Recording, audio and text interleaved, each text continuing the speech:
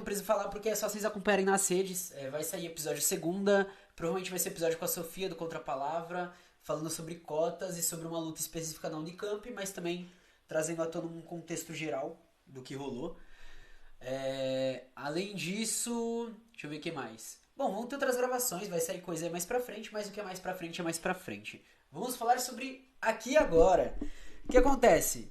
Eu comecei a ler essa semana ainda o livro Por Terra e Território, organizado principalmente pelo camarada Erasto Felício e pelo mestre Joelson.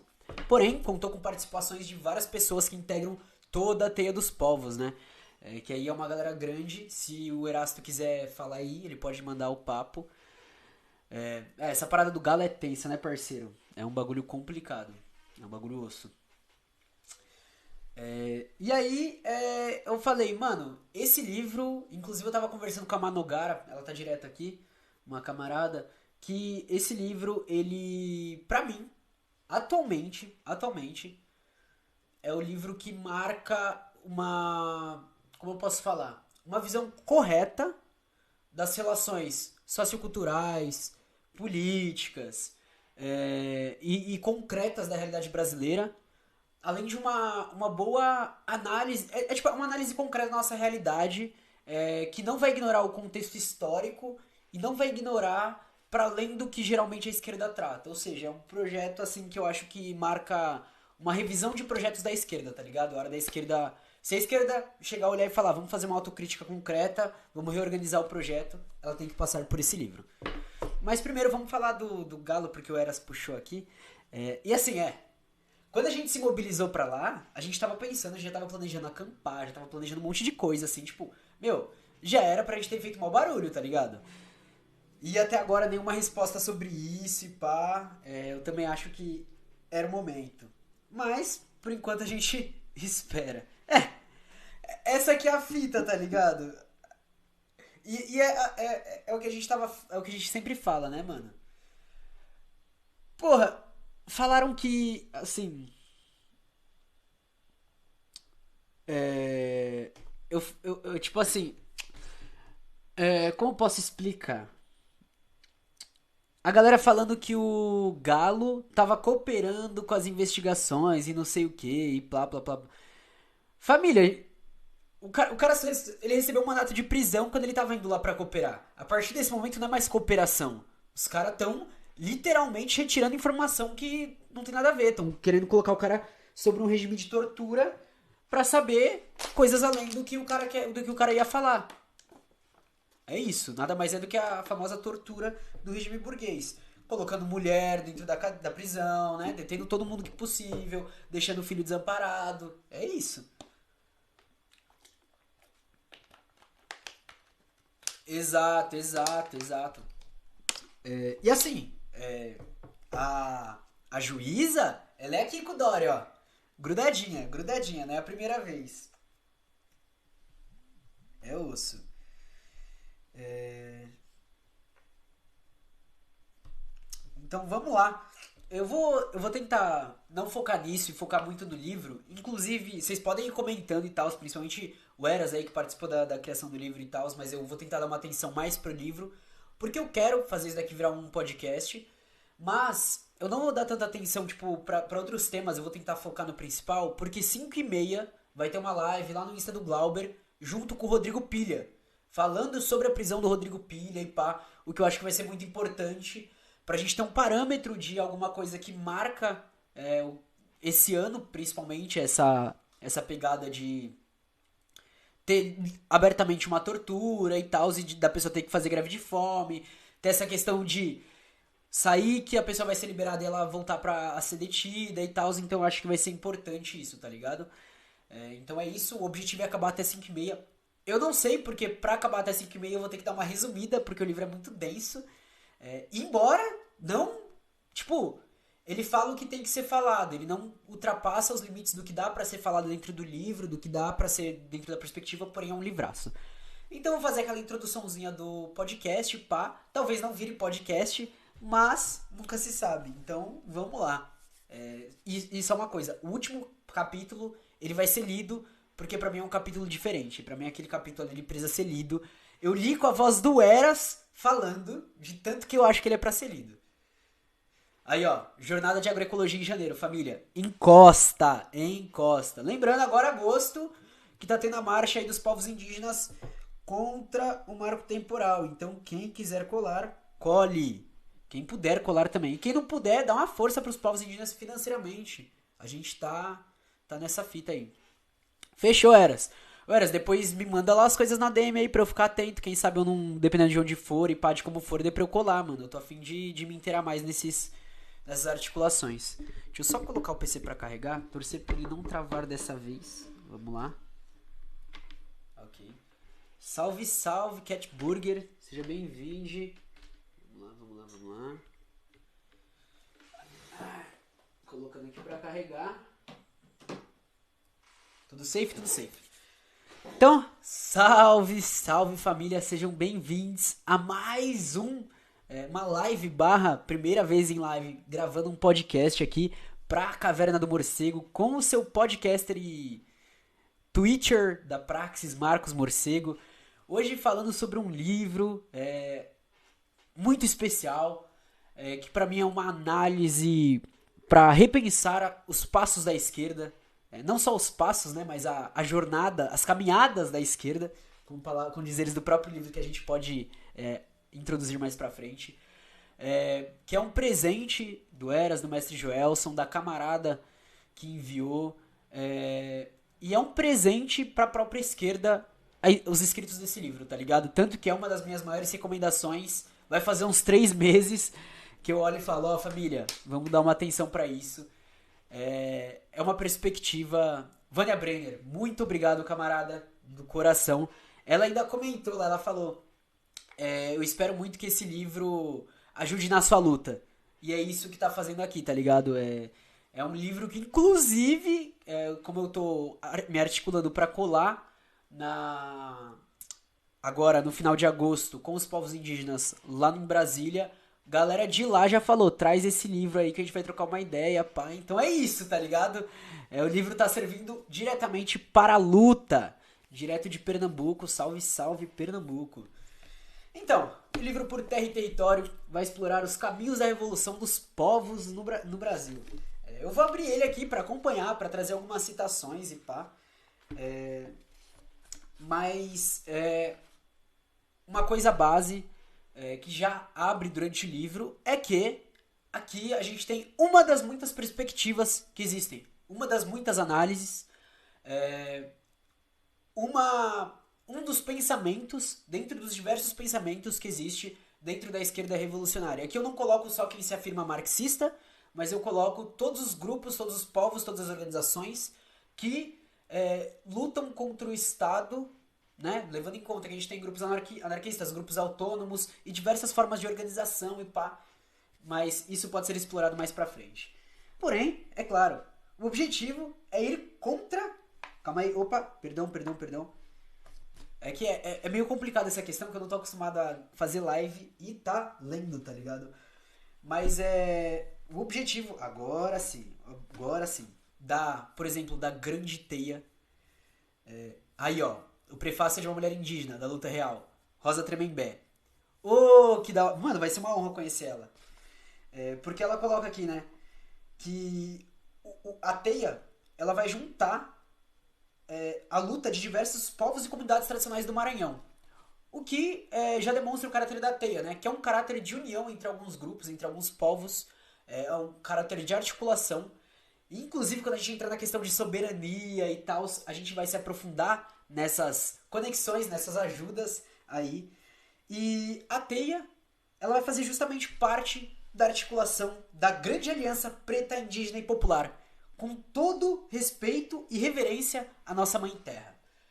Essas são palavras de Rosa Tremembé, são palavras grandiosas, né? E, inclusive, ela fala sobre a visão dela, né? Que na compreensão dela, as práticas e vivências contidas ali demonstram a grande necessidade dessa luta por terra, né? Para que os territórios sejam realmente livres, autônomos e que nos proponhamos a, como diz Paulo Freire, esperançar. E aí ela continua, organizar, agir, libertar.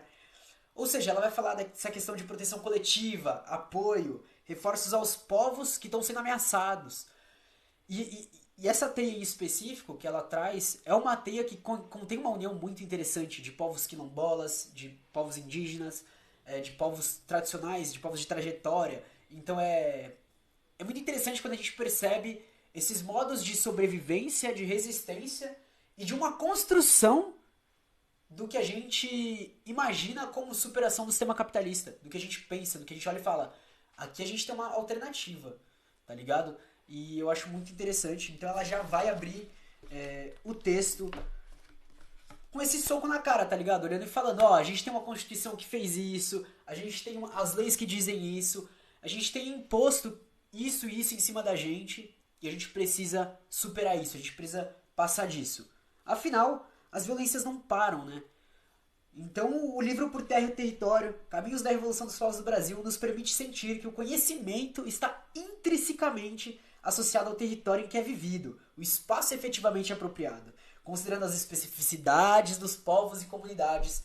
E aqui, nessa parte sobre especificidades dos povos e comunidades, respeitando os modos e saberes de cada um dentro de suas lógicas próprias, eu acho que contém uma das maiores concretudes de análise, tá ligado? É onde contém algo que, quando você pensa sobre isso, quando você olha pra extensão do nosso território, denominado como Brasil, quando você olha para as necessidades existentes de norte ao sul, é isso que fica claro. A questão das diversidades culturais, étnicas, de produção, e por aí vai, né? A gente pode ir longe. Espiritual, e aí dá pra ir muito, muito, muito, muito longe, muito longe.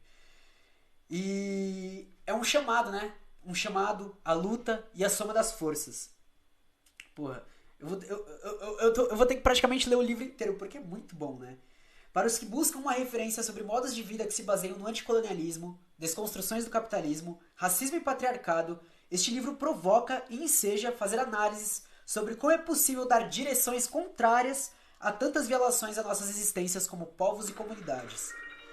Também nos impulsiona a seguir mais reflexivos, estratégicos, em luta, de modo que encontremos luz iluminando a escuridão das negatividades, enaltecendo nossos valores e saberes, produzindo um claro entendimento de que juntos fica mais fácil chegar aonde queremos e poder usufruir da abundância de soberanias que vem do amor à terra e da paz em nossos espaços de vida pelos quais lutamos. Que possamos concretizar, vencer e chegar. Este é o desejo que nutre a nossa resistência e o nosso caminhar. São palavras de Rosa Tremembé, da articulação da Teia dos Povos e Comunidades Tradicionais do Maranhão. E logo na apresentação, uma frase que o Eras adora falar, que é a frase dos malês: o que nos une é maior do que nos separa. Paz entre nós, guerra aos senhores. E aí a gente tem a apresentação do livro, né? Contando um pouco da história do mestre Joelson. Procurem as lives da Teia dos Povos com a participação do mestre Joelson. O Eras, a primeira vez que ele falou, ele já me deixou instigado a conhecer o mestre Joelson. E depois de ouvir ele falar, de ver a construção, você olha e você fala, caracas, agora eu entendo porque o Eras fala assim dele. E é isso, né? Então, tem muita história, tem muito conhecimento, tem muita luta, tem muita vida, tem muita caminhada em torno dessa articulação, né? E aí também tem uma apresentação do Erasto, que, assim, particularmente falando, o Erasto me parece muito modesto em como ele fala dele mesmo no livro, né? Mas ok, eu acho que ele é, assim, pareceu muito, muito humilde, tá ligado? Sabe quando você fala, mano, aqui não tá falando, o Erasto é muito mais que isso, mano. Não sei se é porque eu conheço, porque já troquei ideia, porque é uma pessoa que sempre tá olhando e falando, pô, companheiro, também não é assim, mano, é assim, tá ligado? Aí você olha e você fala, caralho, ele tá certo nisso, mano, pode ir pá. Mas, aí é a opinião. E aí o livro sai justamente do sonho de construir novas redes. E eu acho isso daí sensacional, né? Que é uma síntese do pensamento rebelde de Joelson Ferreira, mestre Joelson, escrito por Erasto Felisto, que, né, é professor, tá na educação básica, representante da divisão de comunicação da Teia dos Povos, um grande comunicador agora também, e uma pessoa que sempre coloca a gente pra pensar. Então esse livro é um chamado para avançar os caminhos que a gente já aprendeu a caminhar, né? E também um sonho utópico de construção de uma aliança dos povos que alcance todo o território do que chamamos Brasil. Algo que ainda está distante, mas que a gente tem que se empenhar cada vez mais, com cada vez mais garra para construir. E aí, ele vai descrever um pouco do livro. Acho que não cabe descrever aqui, passar essa descrição, porque a gente vai passar sobre, acho que todos os capítulos do livro. Então é isso, tá ligado? Acho que a gente pode já pular a apresentação. A apresentação é mais isso, de falar o geral do livro. E partirmos para a Teia dos Povos. Vamos falar sobre a Teia dos Povos. Eu conheci o projeto recentemente. Conheci entre o final do ano passado e o começo desse ano. Li um pouco sobre no livro da Sabrina Fernandes, né? Se Você Quiser Mudar o Mundo. E tô conhecendo cada dia mais. Justamente porque esses camaradas, essas camaradas estão presentes em muita coisa, tá ligado? Estão fortalecendo demais, estão colando junto. E, bom, a gente pode ver desde a questão da produção de produtos para venda, para construção autônoma dos povos, que inclusive vai ser uma coisa discutida mais pra frente, né, nessa live aqui, mas também na questão de estarem produzindo material teórico, estarem dando exemplos práticos, estarem fortalecendo nas lutas por terra e território, que como a gente vê, por exemplo, da questão de diversos povos indígenas estarem se articulando para ir para Brasília, para fazer frente ao que tá rolando, é uma das lutas centrais, se pá, a mais central hoje na nossa realidade. E a gente vai entender um pouco disso, o início disso, a partir desse livro, hoje aqui, nessa troca de ideias. Então, a tarefa de destruir o capitalismo, o racismo e o patriarcado ainda está por se realizar. Eu acho que isso é muito importante, que é marcado no livro, em praticamente todo capítulo, que é a ligação de toda a construção de defesa, de toda a construção de soberania, de toda a construção autônoma, ou, pensando que também temos partidos, até em toda a construção não autônoma, ela é uma construção que vai partir por fazer frente a essa estrutura. Então, o questionamento dessa estrutura, a oposição a essa estrutura é marcada no livro inteiro, do início ao fim. Do início ao fim. A gente está ainda nessa crise capitalista, que ela é uma crise que cresce junto com o capitalismo, né? Que a gente tem superexploração, que vão atacar rios, florestas, serras, mares, vai tirando a vida em forma de natureza, e a gente sabe também que vai tirando a vida em forma humana. Não no sentido de separar as duas coisas, mas já separando. Então, a gente não acredita mais, e faço das palavras até dos povos as minhas, não acreditamos mais nas possibilidades de solucionar o problema dos povos, combater a miséria, a desigualdade e as violências por meio das engrenagens do Estado burguês. A gente viu a esquerda se alienar, e aqui eu dialogo muito próximo do que o livro fala nesse começo, porque é sensacional. Quando a gente vê, por exemplo, governos que já fizeram isso uma vez, né, de crescerem junto com os povos originários, por exemplo, mas assim que dá o primeiro passo dentro do governo, se alia aos latifundiários, olha e fala, a gente tem que pensar nos dois, e não sei o quê. E hoje a gente está montando, a gente está vendo passagem de projetos de grilagem, passagem do marco temporal, passagem de diversas coisas, que são resquícios que esses governos não se propuseram a resolver e quiseram fazer uma conciliação de classes. Olha que coisa mais feia, né? Então a gente teve hidrelétricas, mineradoras. Bom, tomar o Estado pela via, pelas regras que os brancos burgueses criaram, não nos interessa. E porra, aqui eu vou fazer uma grande citação porque é sensacional. Também não acreditamos que haverá um pacto democrático e popular para assegurar direitos fundamentais para a classe trabalhadora. Esse pacto é uma cilada. Uma conciliação de classes com os ricos visa calar a boca da revolta. Vamos olhar pro parceiro Galo, né? A partir do momento que ele é uma oposição aos grupos exploradores, uma oposição aos grupos que estão uberizando a mão de obra, né? Que estão uberizando o trabalho, que estão cada vez precarizando mais um trabalho que começa por esses trabalhadores, mas tem projetos de expansão. A partir do momento que ele também se opõe aos símbolos da burguesia, ele é criminalizado, é preso injustamente. Ou seja, qualquer conciliação vai visar uma diminuição desses atos, uma diminuição da nossa radicalidade, uma diminuição do nosso poder frente ao Estado. Então, cita diversos projetos, né? Puta, essa parte é muito boa. Como dizemos, quem muito merenda não janta. Não queremos merendas, migalhas dos governantes. é isso. A gente quer real alimentação, né? E a gente vai entrar... Puta, o da hora é que essas referências, elas vão linkar com os papos sobre soberania de uma forma tremenda, né? Então, acreditamos que já basta, que nosso caminho, portanto, é por meio da autonomia e da construção de territórios gerando poder desde baixo, com a tomada de meios de produção. É sobre essa grande jornada que queremos falar. Nossa jornada, nossa grande luta é contra o racismo, o capitalismo e o patriarcado. Todos os nossos caminhos elencados aqui são para que triunfemos na derrota da branquitude colonial, das classes dominantes e da subjugação das mulheres pelos homens. E aí ele vai traçar uma diferença entre jornadas, caminhadas e passos, né? A jornada é o projeto, né, de um modo geral. Eu não sei se eu posso utilizar os termos que a gente costuma usar, mas aí o Eras está aqui para poder pontuar isso, né? Mas a gente fala, né, de um horizonte estratégico, por exemplo. Não, ó, a gente quer fazer isso, este é nosso plano geral. E a gente tem as nossas táticas, que vão ser as caminhadas. Na verdade, não vão ser as caminhadas. Nas táticas eu acho que estão mais para os passos. Que o passo é aquilo que a gente vai construindo no dia a dia. E os passos, eles vão formar as caminhadas, né? Que vão ser as etapas de um modo geral.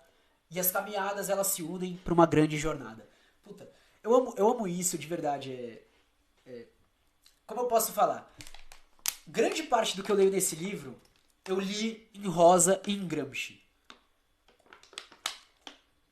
Tanto nas metáforas que são utilizadas para se referir a isso, que eu acho sensacional, que eu acho que dá um contexto, que eu acho que dá um entendimento muito melhor e mais profundo do que a gente está falando, quanto as questões do poder que são elencadas dentro desse livro.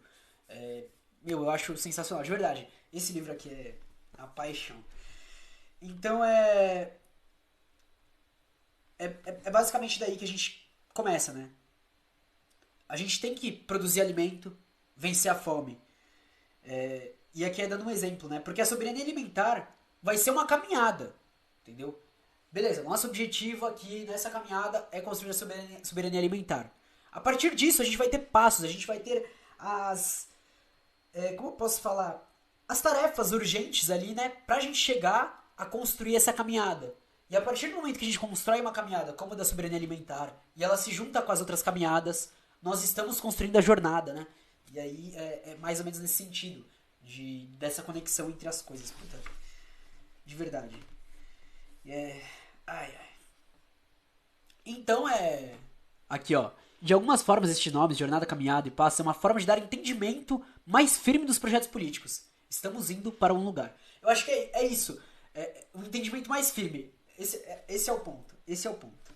E é claro, antes que a galera chegue e fale, pô, mas tá falando muito de autonomia, de grupos autônomos e tal, e não sei o que. Ele encerra uma parte desse capítulo justamente com a frase: não há dúvida, é preciso organização. E aqui tá o ponto. E aí vai entrar numa questão sobre a organicidade.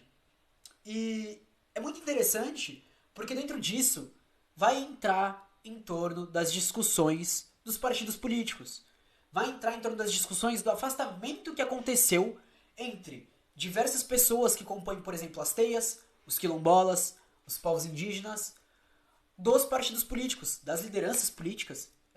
Recorrentemente a gente viu diversas reclamações nesse sentido, e eu acho que aqui é muito interessante,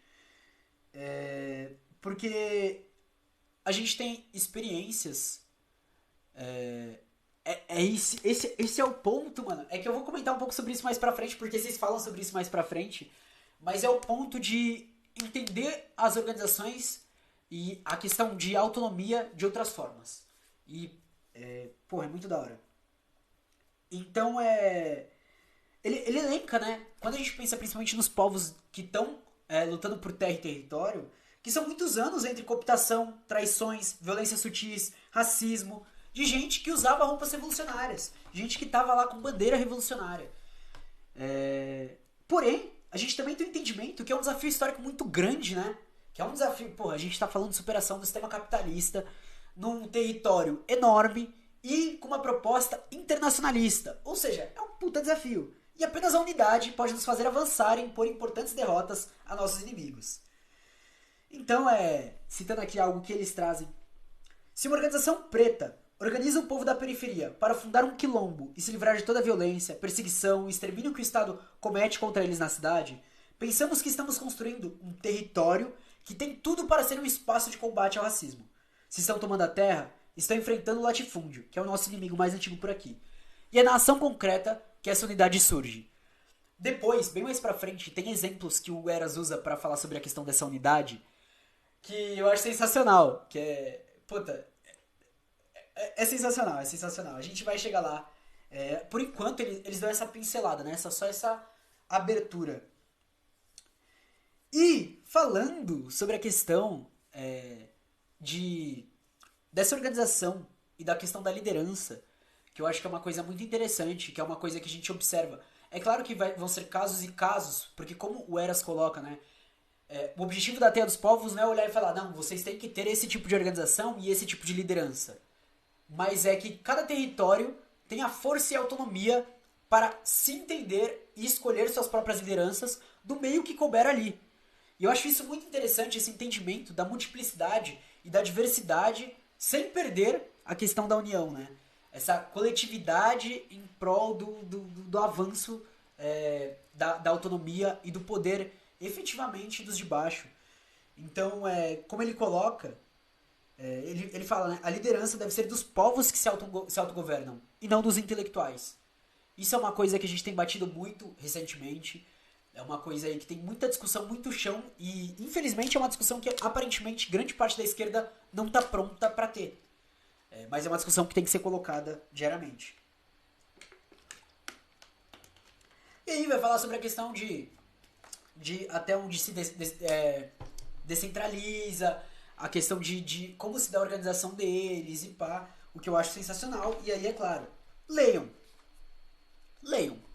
Assim, eu não tô aqui pra ler o livro pra vocês, eu tô aqui pra dar aquele gostinho pra vocês ficarem instigados. E aqui vem uma parte que eu acho sensacional, principalmente quando a gente lembra das violências já cometidas, né? Também aqui há que ter respeito pelas diferentes formas e ritmos com que cada povo, território, comunidade e organização vai produzindo essa revolução. Eu acho interessante esses exemplos que são trazidos no livro, que é, por exemplo, tem espaços, tem organizações, tem territórios onde o avanço sobre a pauta das mulheres é mais avançada. E eles vão ter mais propriedade para falar sobre isso. Porém, pode ser que tenha algum outro debate que esteja mais para trás. Como, por exemplo, às vezes o debate racial está mais para trás. E aí é preciso todo cuidado e toda uma articulação entre as diferentes organizações que estão preparadas para isso, para que uma dê suporte à outra. Porque nem toda organização vai estar no mesmo avanço. Nem toda organização vai estar no mesmo ponto de discussão. Nem toda organização vai estar no mesmo ponto de consciência.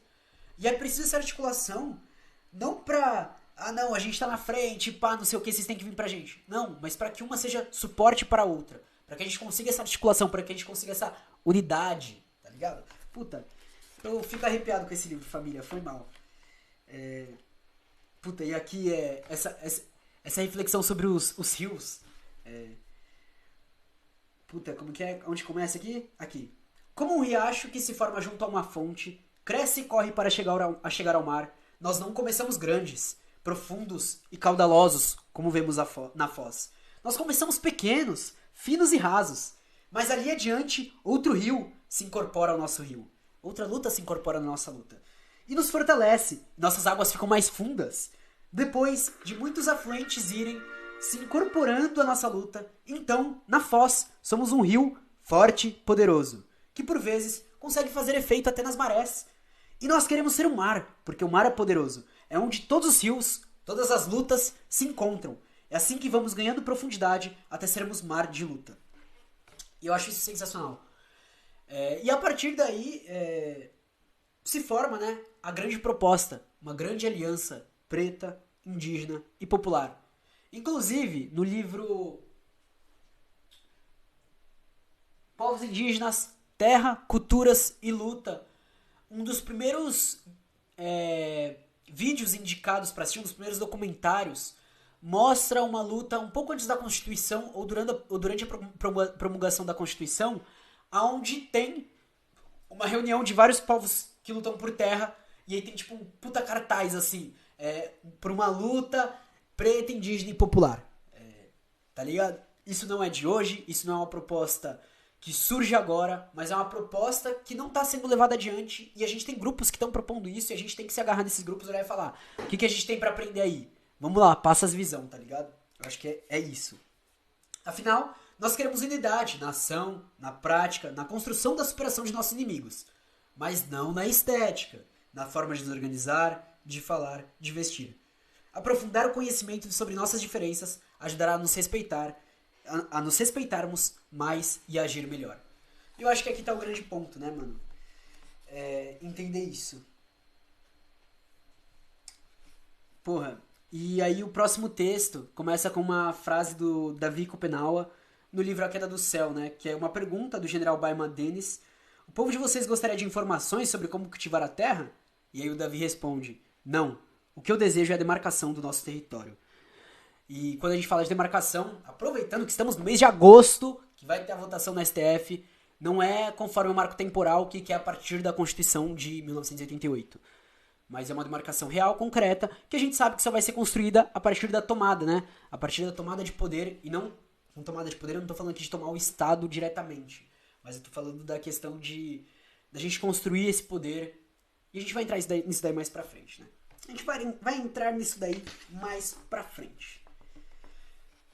Bom, quando a gente tá falando sobre terra e território, a gente tá falando aí de espaços que foram tomados, continuam sendo tomados, dizimados, destruídos, levando tudo que vem pela frente, né? O lucro deles é a destruição rápida e veloz de nossos territórios, de nossos biomas. A resposta para isso, e aqui que fique claro, que quando a gente fala, por exemplo, de destruição de biomas da natureza, a gente está falando de uma pauta urgente. A gente está falando de uma pauta, de uma destruição que acontece diariamente e que tira uma perspectiva de futuro para a espécie humana. E não só para a espécie humana, como para boa parte da natureza. É claro, o meio ambiente como um todo vai continuar a existir, em outra forma, porém, a gente está falando de um projeto de fim da humanidade. Eu acho que isso daí tem que ficar claro. Quando a gente fala, por exemplo, das alterações ambientais que estão acontecendo hoje, né? E qual é a resposta para isso? Porra, a resposta é juntar lá a cúpula lá do G10 para discutir e diminuir as coisas, capitalismo consciente? Não. A resposta para isso está em ocuparmos a Terra com formas de uso e geração de riquezas que respeitem o ciclo da vida da natureza. Para vencermos, nosso fundamento são as águas, a semente, a soberania alimentar. E só assim conseguiremos a autonomia. E aqui é interessante porque aqui a gente está falando não só de uma questão de consciência ecológica, mas também de consciência e respeito à construção de povos que estão aqui, ó, de saberes milenares, de ancestralidade e espiritualidade. É um bagulho muito mais profundo do que só, ok, temos que respeitar o meio ambiente. É um bagulho de entender o meio ambiente, entender a natureza de outra forma. É claro que aí vai depender, porque a gente tem diferentes cosmovisões que implicam nisso, mas conforme vocês vão adentrando nos estudos, que é uma coisa que eu comecei a fazer recentemente, a gente vai entendendo uma perspectiva geral da coisa, do que esses povos estão dizendo pra nós, de ir muito além disso, né? E assim, pra mim, que eu sou uma pessoa racializada, tem uma questão da ancestralidade, que eu também tô descobrindo recentemente, então minha mente agora tá, tipo, muita coisa. E, meu, nessa parte aqui, quando pensamos território, não estamos falando de quadrados de terra ou de uma demarcação com determinado aspecto, né? A gente tá falando, tipo, não, terra, isso daqui é minha terra. Não. Estamos falando de um lugar cheio de símbolos e de pertencimento alicerçados na abundância da vida. É o que chamamos de para além da cerca.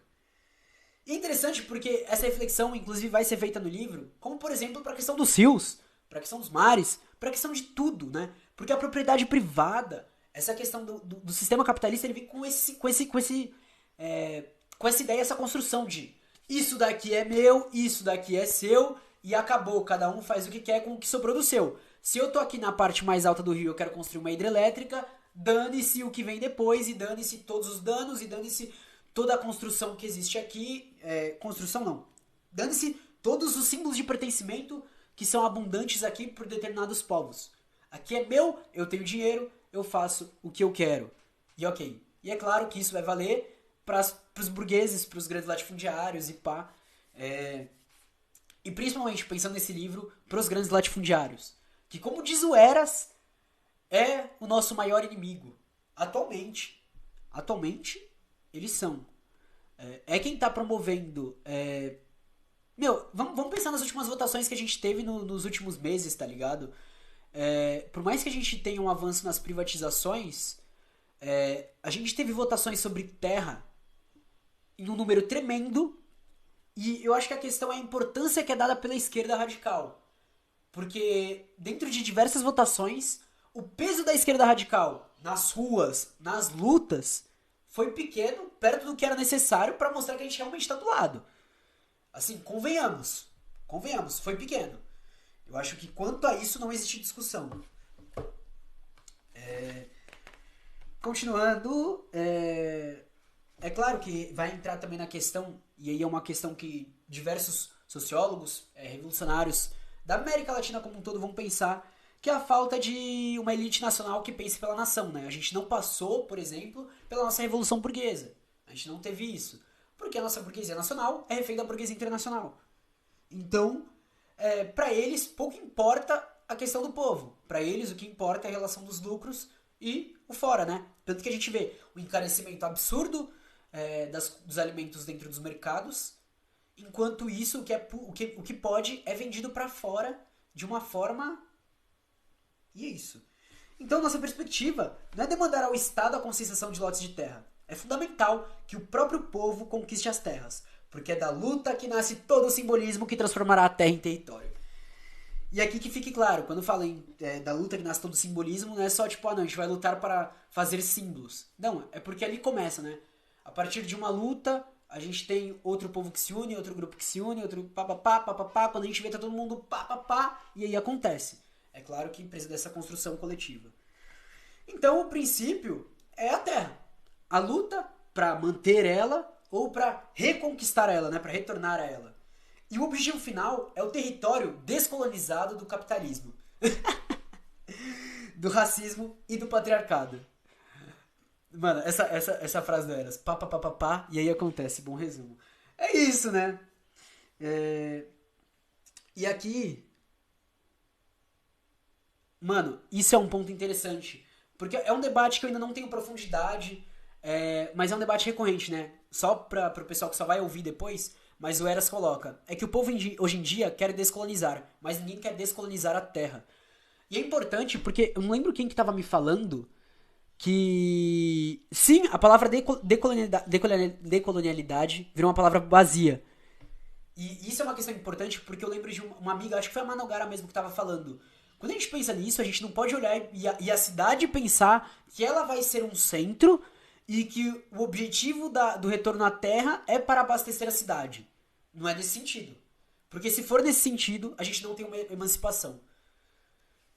Porra, visão. É isso. É por isso que é bom ter o Eras aqui na live, né, mano? O cara manda na lata. Descolonizar a ciência, descolonizar a política, mas e a questão fundiária? E é isso. E é interessante, Eras, agora avançando um pouco aqui nas suas palavras, porque você coloca, não deixando para buscar a liberdade apenas depois de triunfarmos sobre o capitalismo. E eu escrevi um episódio que vai sair daqui a um tempo sobre Gramsci e Paulo Freire, que é justamente nesse sentido. A emancipação ela não começa lá na frente quando a gente destruir o capitalismo. Ela tem que começar agora na nossa construção diária. Porque a gente tem que ter força para destruir o capitalismo. E a gente só vai ter força quando a gente já tiver espaços que sejam efetivamente nossos, né? Espaços que já estejam lutando. Vamos olhar para Rojava, que é uma questão citada, porque lá ainda existe um estado minoritário, porém, a construção dos espaços feitos pelos grupos militantes, pelas mulheres, e dando até a questão da liberdade religiosa, dando esses espaços de questionamento e de construção coletiva, já mostra, já dá os passos para o fim do Estado. E aí é claro que tem toda a conjuntura de ataques que eles sofrem, portanto ainda tem certas coisas que são imprescindíveis, mas dando a letra de tipo, ó, a gente tem que começar a construir antes. O que o Paulo Freire fazia, a questão da educação. Olha o que os diversos projetos políticos que lutam pela soberania alimentar, soberania hídrica, soberania por trabalho e renda. É isso. É você já conseguir certos espaços de liberdade. E aí, sobre educação, esse capítulo sobre educação, Eras, que capítulo tremendo. Que capítulo tremendo. Então, a gente vai chamar a atenção, né? O Eras vai estar falando, chamamos a atenção para como o peso da autonomia recai sobre nossa capacidade de trabalhar e manter a aliança. Ou seja, vai recair sobre tudo isso. Autonomia, caminhadas e passos, né? Que é justamente vai falar sobre toda a teia, de um modo geral, sobre o objetivo, sobre o elo da teia que vai propor as urgências de atuação. Então vai ter todas as discussões, vai ter reuniões e pá. E aqui é interessante, e aí eu sempre grifo de verde quando é alguma conceituação, porque o Eras coloca, né? Quando falamos em autonomia, estamos dizendo que é preciso diminuir nossas demandas ao Estado, aos políticos e às classes dominantes. E, porra, eu imagino, porque eu lembro dos vídeos, eu lembro das cenas, das fotos, porque aí ele coloca, né? Isso não quer dizer nos afastarmos completamente de dialogar com esse Estado violento que aí está. A luta real, a vida real, demanda que nós conversemos com o Estado e com os políticos, mas sempre lembrando que este diálogo é com luta e enfrentamento frente ao Estado. Há que retornar à boa prática de negociar com o facão na mesa e com as foices batendo ao fundo. Porra, eu já arrepio aqui, já dá vontade de gritar e sair falando, vamos, porra! Que é... De verdade, esse livro é um chamado muito bom. E ele lembra, e aqui outra parte da grandiosidade, que a gênese do próprio Estado brasileiro é o escravismo, né? Mesmo após a abolição. E ele coloca entre parênteses, fajuta, a independência, né? A gente ainda tem essa violência. Então, quando a gente fala sobre autonomia, a gente entende que o Estado é racista, patriarcal e burguês. Então vamos começar aqui com as soberanias.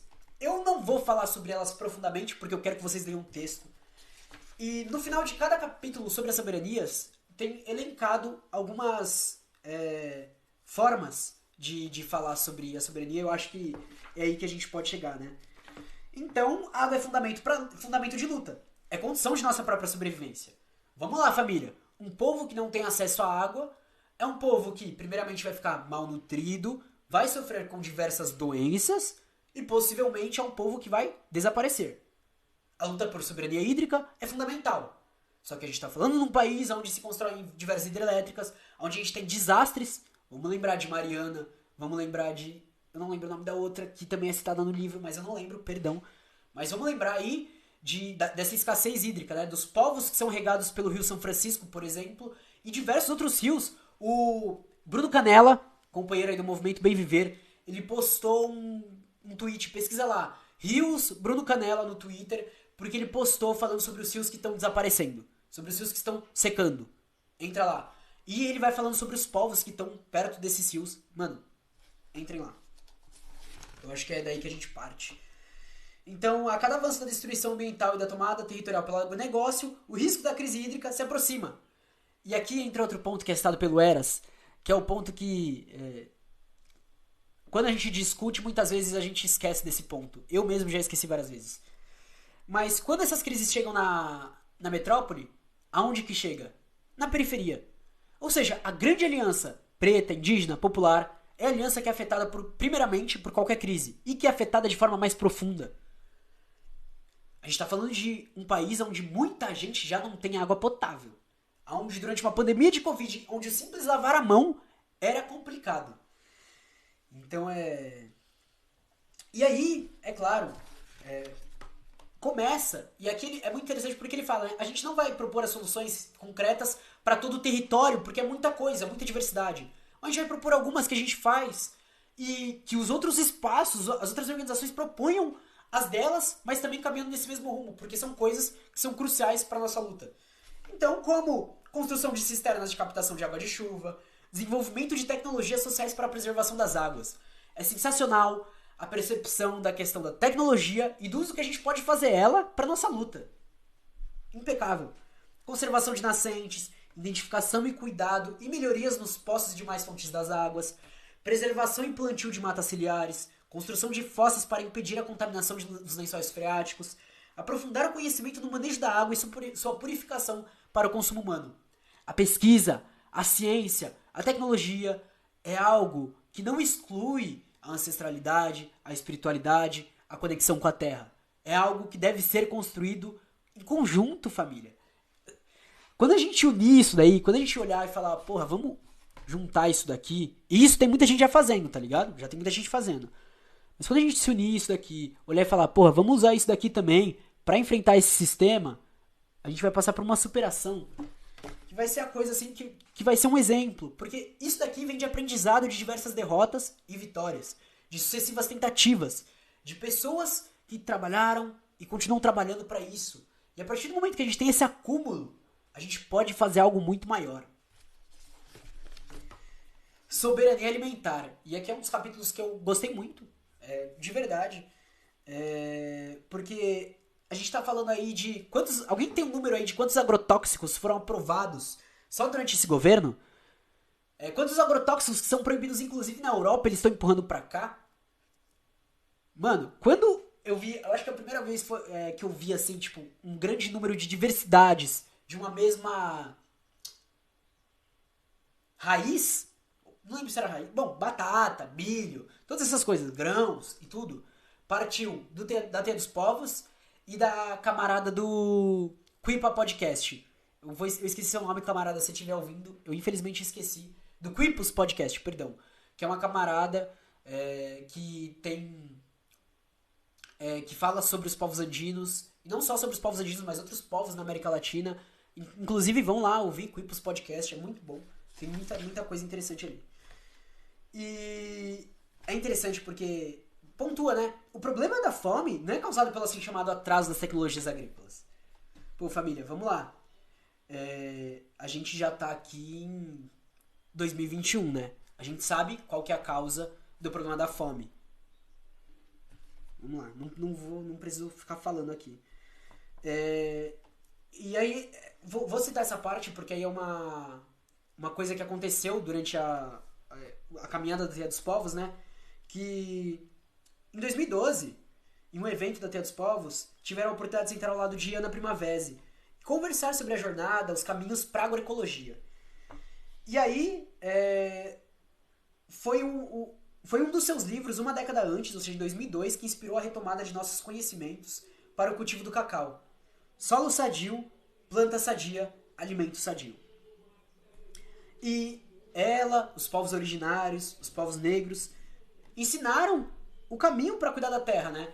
O livro do Feminismo Camponês Popular, ele vai falar sobre o aprendizado que tiveram com os povos originários.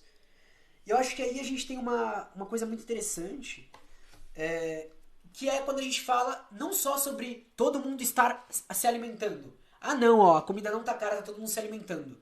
Mas é sobre quando a gente fala sobre soberania alimentar, a gente está falando sobre se alimentar bem. A gente está falando sobre explorar a diversidade da natureza. Porra, também se alguém quiser falar aí quantos tipos de batata a gente tem, quantos tipos de milho a gente tem, quantos tipos de... E quantos são reduzidos na nossa realidade, sabe? Em 2012, 5 multinacionais já detinham 75% do comércio de sementes. Monopólios. As leis de patentes, construídas injustamente em cada país para defender os interesses dos lucros em detrimento da vida, seguiram sendo um escudo para submeter populações campesinas de todo o mundo a essas empresas estrangeiras, que não têm nenhum compromisso com a conservação da qualidade e da diversidade alimentar, nem como proteção dos biomas. E a gente tem aí um alerta que no futuro próximo vão ser só 3 multinacionais. Ó que delícia, hein? Ótimo. Bom, então a gente tem que superar essa padronização. A gente tem que pensar que quando um povo vai pra luta, por exemplo, vamos tomar um território, se ele não estiver bem nutrido, se ele não estiver bem alimentado, se ele não tiver condições de, ok, o adversário, o grande latifundiário, bloqueou o transporte de comida para nossa região. E se a gente não souber produzir, se a gente não tiver essa produção, se a gente não souber o que fazer na terra pra Pensando não em uma questão de, não, a gente precisa produzir agora, mas em uma questão de, a gente precisa produzir agora, mas também precisa pensar que a gente vai ter que continuar produzindo. Então, a soberania alimentar, ela se torna o início das grandes caminhadas, sabe? Ela se torna um ponto crucial. E a soberania alimentar, ela é sobre as condições para produzir e consumir seus alimentos, sem veneno, valorizando sua cultura alimentar, emancipando-a, aperfeiçoando-a com novos conhecimentos. Enfim, que você tenha um real poder de decisão e gestão sobre o processo de produção daquilo que você come. Bom, como eu falei bastante, eu vou tentar resumir aqui as dicas, né? Você ter as guardas de sementes saudáveis, participar da rede de sementes da Terra dos Povos, construir quintais produtivos, começar um cultivo de gêneros básicos, feijão, milho, batata doce, aipim, abóbora. Sem comida, o inimigo faz nossa base entrar em conflito com suas doações de cesta básica. Exatamente. Bom, mano, aí, ó. Valorizar e recuperar tradições alimentares. É muito importante isso, porque com a perca desse contato com a terra, com a perca da ancestralidade, com a perca das pessoas que transmitem todo o saber de algum povo, a gente perde nisso. Então é importante a preservação cultural, a preservação das pessoas, a preservação da terra e do território. E é isso. Caminhar para o trabalho e a renda. Eu acho que aqui entra um ponto inquestionável. Vamos lá, família. A gente está lutando contra o capitalismo, né? O sistema capitalista quer todo mundo dentro... É um sistema que come mundos, né? Que come culturas e tenta inserir todo mundo dentro da realidade deles. Só que você vai ganhar dinheiro, só que você vai ser rico. Além de tudo isso, e aí entra uma coisa que o Eras coloca, você desterritorializa a pessoa. A pessoa que é de quebrada, a pessoa que vem de um povo. A partir do momento que está inserida naquele sistema, o sistema vai tentar individualizar, roubar a pessoa, colocar numa lógica consumista e colocar ela para trabalhar do que vier pela frente. Afinal, lá onde ela mora vai ser uma comunidade pobre, vai ser uma comunidade prejudicada, vai ser uma comunidade afetada, e a culpa é da própria comunidade, tá? Não tem nada a ver com a interferência do sistema capitalista. Jamais, nada a ver. Então, a partir disso, a gente precisa pensar também nessa questão, né? Se a gente pensa que, a gente tem uma revolução para fazer, a gente precisa ter condições de se fortalecer. Eu acho que esse é um ponto interessante. Então, a gente gostaria que a consciência racial, classista e de gênero fossem comuns e corriqueiras com todos os povos. Contudo, há uma maquinaria poderosa do capital, do racismo e do machismo, constantemente alimentando e forjando nossas paisagens mentais. Eu amei essa expressão, paisagens mentais. Irei usá-la, tá, Eras?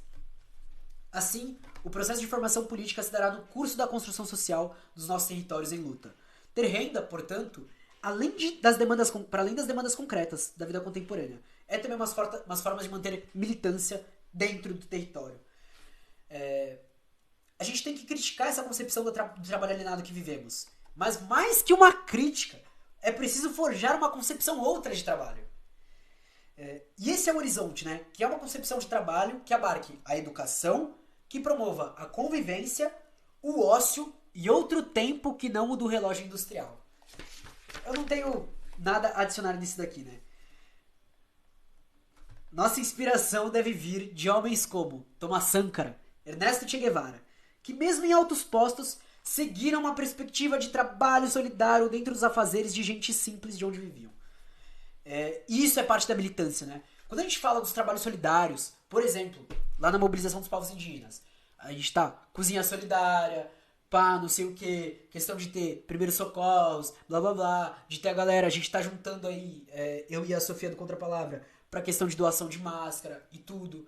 Querendo ou não, isso faz parte de uma construção coletiva que cria uma conexão entre os povos, né? Como o Eras fala, a unidade se dá na luta concreta.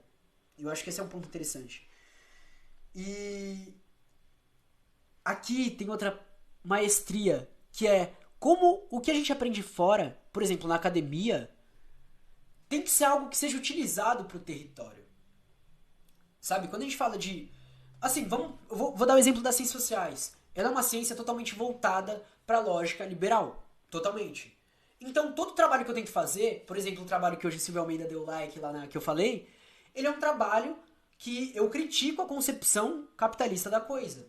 justamente porque a partir dali eu consigo ter uma percepção e construir algo na minha realidade. Não é só a realidade da comunidade que eu vim, não sei o quê, mas é a realidade que eu tô inserido, tá ligado? Quando a gente olha pra. E aqui é um papo pra militância da juventude aí, que. Não tô falando da juventude de uma juventude específica, mas a militância jovem. Que chega e fala, os trabalhadores, não sei o quê. Família, a gente tá no mesmo barco, tá ligado? Pelo menos uma grande parte dessa militância. Uma grande parte dessa militância é periférica, vem de territórios afastados, vem de povos que são precarizados, vem de filhos de trabalhadores uberizados.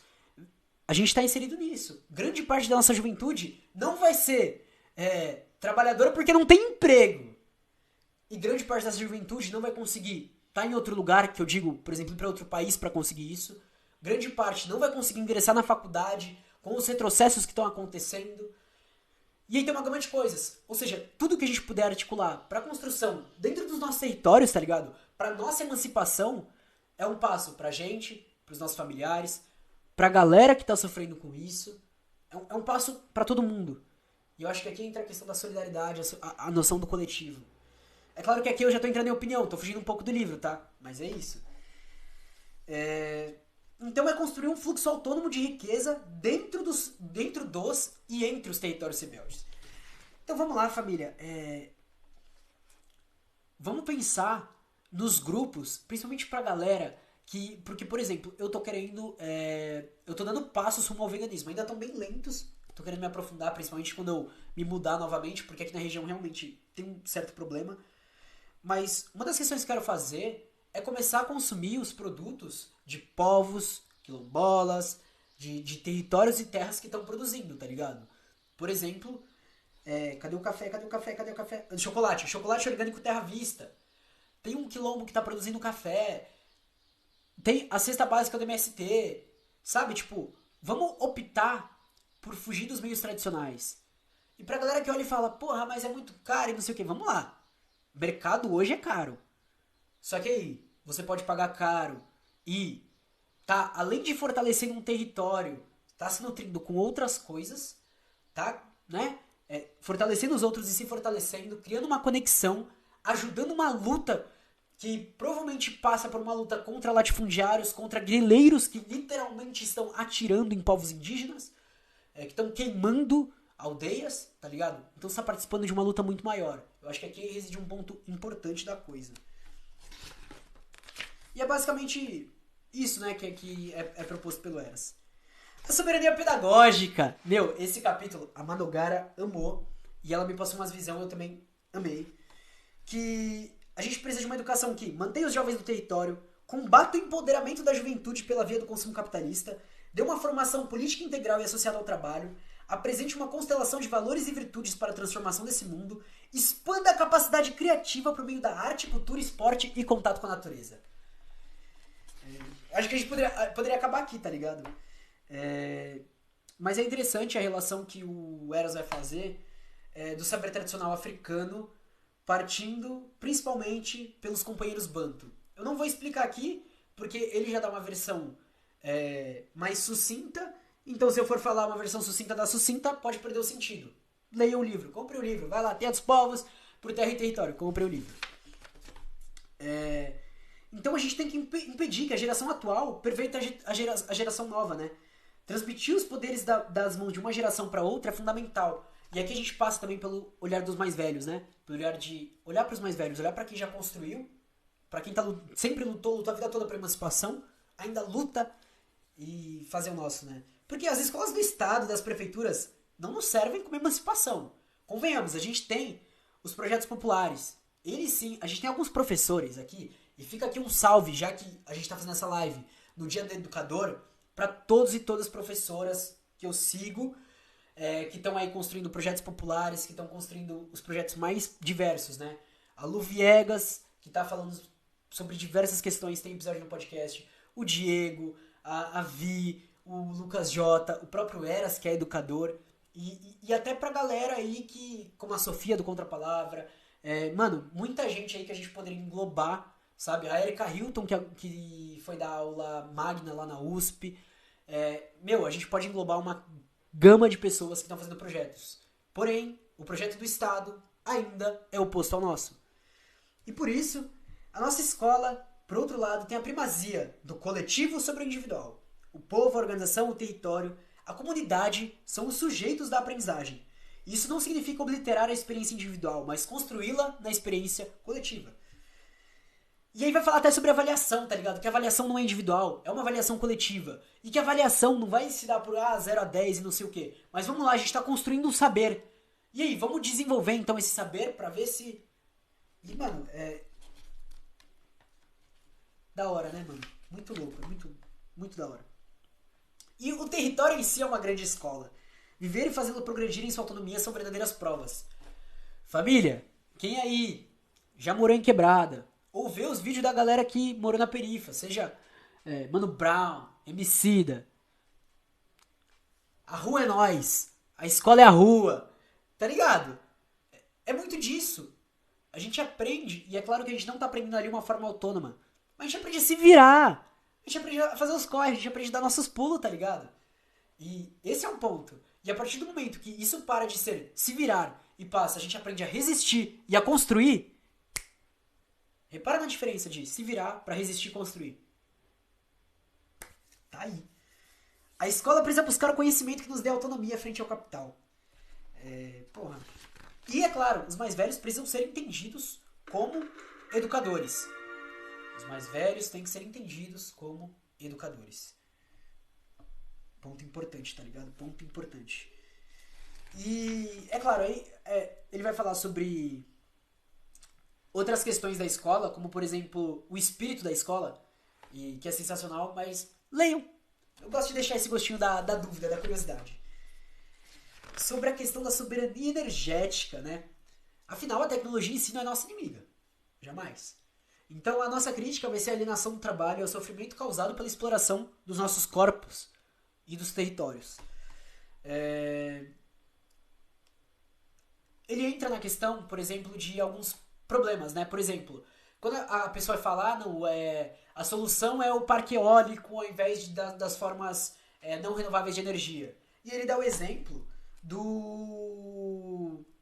de Sergipe, da linha de transmissão de Sergipe para o Recôncavo da Bahia, onde as escolhas para implementação foram em territórios quilombolas. Ou seja, o problema não é a energia, né? O problema é o racismo existente dentro disso. O problema é que segue toda uma lógica de racismo ambiental e de racismo. É isso. Então a gente precisa pensar, além dessas formas, em formas de diminuir a agressão ao ambiente e aos povos, né? E aqui a gente entra num baita capítulo que é caminhar para a autodefesa. Sabe? Ele já começa falando, a gente não é um povo pacífico. Ou quem ouviu o episódio com o professor Diego falando sobre... Puta, eu não vou lembrar o nome da revolta. Sobre o Almirante Negro e o... não vou lembrar o nome da revolta. Calma aí, família. Vamos lá que eu preciso lembrar disso. Revolta da Chibata. Revolta da Chibata. Isso. A gente vê que a gente tem, desde o início, muita força radical. Muita revolta. Muita luta. Tá ligado? A gente tem um bagulho que é osso. Então a luta rebelde precisa legitimar o uso de violência por aqueles que sofrem. Não podemos seguir achando que a nossa resistência tem a mesma natureza da violência dos opressores. Não podemos confundir a violência do opressor com a violência do oprimido. Beleza? Nosso povo sabe usar a violência. E sabe o valor dela.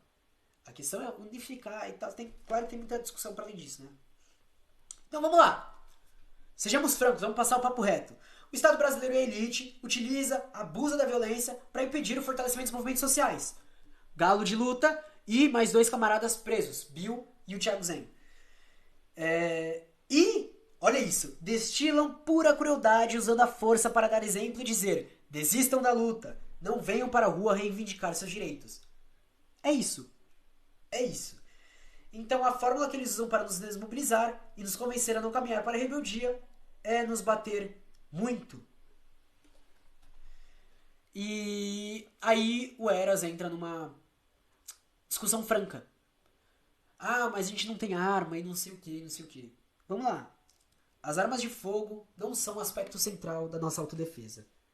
E aqui, pra mim, tá apresentando uma discussão nova, tá ligado? É uma discussão nova pra mim.